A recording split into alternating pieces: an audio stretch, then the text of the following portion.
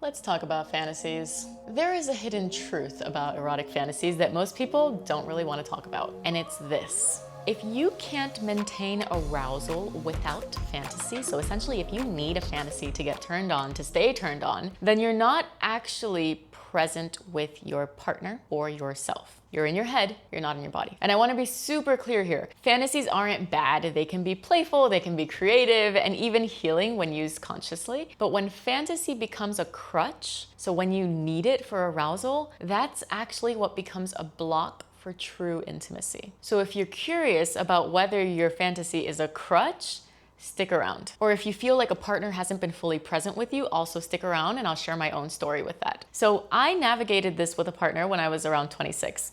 He could never get fully hard. It was maybe 80% every single time. And he had gone to the doctor, his hormones were fine, testosterone was fine, like there was nothing biological, but I felt like there was something deeper. And I knew that he was a heavy porn user. And my belief, which I shared with him, was that he wasn't fully present with me. I felt like he had conditioned his body to be aroused by extreme imagery so that the simple intimacy between us wasn't enough to sustain him. And it was hard for me to bring this up. Like, of course, all of my wounds around, am I enough? Like, am I not beautiful enough? All of this came up. And yet I'm fucking 26. I'm like, if you're not aroused by me now, like, what the fuck? So I share this story to share that this is a really vulnerable topic. It's edgy.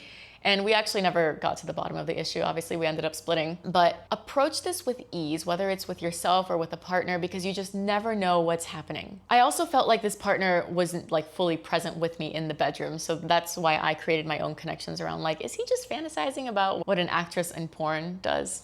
Anyway, the thing about fantasizing is that it desensitizes you, because when you need a fantasy to maintain arousal, presence will actually feel boring when you're desensitized. I felt this way when I struggled with fantasy and I needed fantasy to maintain arousal. I realized that presence itself just wasn't enough. So let's get into the science here. Porn and constant fantasy overstimulate your brain's dopamine pathways. So your arousal system becomes conditioned to novelty and intensity, which means that subtle sensations like maybe very, very light touch or tingling in your pelvis or the warmth of your breath, the softness of skin, that doesn't register as enough. So your body literally needs to raise the threshold for what it needs to actually feel aroused. When you practice presence, when you practice more tantric exercises, you resensitize yourself. Your range of orgasmic potential expands and you start to notice more. So suddenly your lover's breath on your neck might literally send you into an orgasm, or the feeling of sheets in between your thighs might become arousing because your whole body turns into an erotic landscape, not just your mind and that fantasy. I also want to say here, tantric work, when I struggled with fantasy, tantric work was the thing for me. It was what saved me. So eye gazing, yab yum, all of these practices that I now teach couples, fucking huge. Who knows, maybe I'll do a couples container one day. If that's of interest to you, comment below, because I actually only do private couples right now. So I had a client who actually struggled with this a lot. I feel like a lot of women might resonate with this. Her fantasy was playing into the little girl daddy dynamic. Sometimes that would include degradation, just any dynamic that made her feel like her partner was above her, an authoritative figure. And again, fantasies like this can be explored consciously, but in this client example, hers had become a crutch. She literally could not get herself into arousal without going into that headspace. And so here's what I invited her to do. Every single time she noticed the fantasy creeping in, she'd open her eyes. She'd look around, she'd see the room, she'd see her lover, or maybe if she was just with herself, she'd see herself. She would feel the texture of her skin on the bed, smelling what's in the air, listening to the sounds. Is there music playing? Engaging in her senses. That's the trick. Sensuality is just a practice of presence. It's bringing online all of your senses. And when all of that is online, it's really easy to slip back into the body instead of staying in your head. So over time, this practice changed everything for her because she finally learned how to be present, how to be fully with her partner instead of escaping him by going into her own fantasy of this like little girl daddy archetype. And by the way, this was gradual, like it took time, because before we become fully present, we always go through a period of, I call it the plateau, of just feeling like bored, feeling like, well, what the fuck? Like, how is this gonna arouse me? He's just breathing on my neck. Sensitization takes time. And it's not a one and done. Personally, when I feel myself like I'm desiring to escape into a fantasy, I stop that train of thought and I ask myself, what am I avoiding feeling right now? Because half of the time our fantasies are ways to bring us out of our bodies because we don't want to be with what's present. Something is happening that the body doesn't want to feel. And it doesn't have to be something like intensely traumatic. Maybe your body is just uncomfortable with feeling true intimacy, of being fully seen, of being fully vulnerable. That was mine. I've actually brought this in with partners, and moments where I didn't feel I was present, they knew that this was a thing I struggled with, and so they'd stop and say, hey, where are you? Slow down. Normalize telling your partners that you might struggle with being present. Normalize telling them that. Normalize saying it in the middle of intimacy and being like, hey, I'm not present right now. And maybe you stop and you just breathe together. You eye gaze. I used to love doing this, just stopping mid-intimacy if I feel like we're not moving in sync. And I would just stop and say, let's just breathe together. Let's just look into each other's eyes. You would be amazed at what that can do.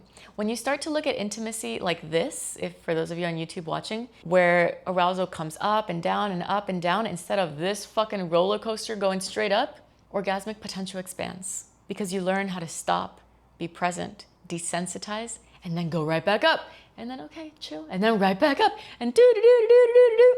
That's how you become multi-orgasmic. Because honestly, fantasies can spark arousal, but presence expands arousal. So when you stop outsourcing your erotic energy to the fantasy, you reclaim it. You become more connected, not just specifically with sex, but with life, because you're not leaking your sexual energy, you're wielding it. When I trained with Mantak Chia in Thailand during his Tao sexual alchemy retreat, I asked him, so if someone doesn't know how to channel their sexual energy, if someone doesn't take this workshop, what happens? And he said, sexual energy is on the path of no return. So they lose it. Because once sexual energy is activated, whether that was with actual presence or with a fantasy, it's moving, it's on, like it's going somewhere. So where are you taking this life force creative energy? Are you taking that into a fantasy that's actually just in the ethers? Or are you bringing it into your body, to fuel your organs, right? That's getting into more Tao work. Are you taking it into your body to build your manifestation that's going into sex magic?